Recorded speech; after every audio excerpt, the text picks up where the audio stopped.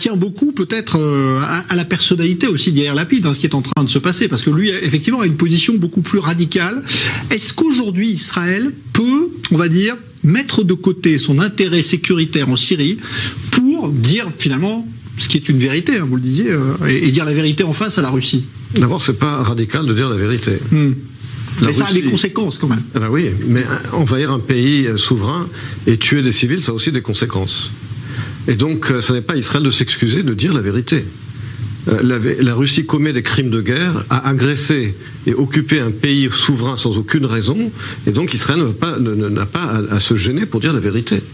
Alors, à côté de ça, évidemment, on a des intérêts communs, mais ça ne veut pas dire que tout doit être accepté. Et deuxième point, c'est le gouvernement précédent, enfin c'est le même gouvernement en réalité, puisque Yair Lapid, quand l'actuel gouvernement, qui est maintenant un gouvernement de transition, a été formé, le même jour, Bennett avait été intronisé comme Premier ministre et Yair Lapid comme Premier ministre intérimaire. Et donc, c'est le même gouvernement. Lorsque Yair Lapid avait fait les déclarations qu'il avait faites comme ministre des Affaires étrangères, il avait également fait ces déclarations comme, appelez ça vice-premier ministre ou premier ministre intérimaire. C'est le même gouvernement.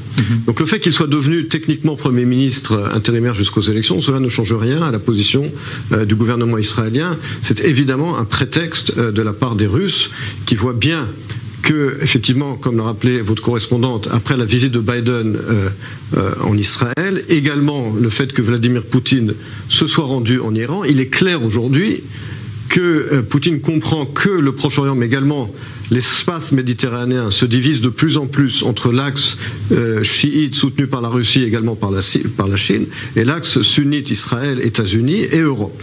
Je rappelle également l'accord sur le gaz naturel signé récemment entre l'Union européenne et Israël. Et donc c'est ça la vérité.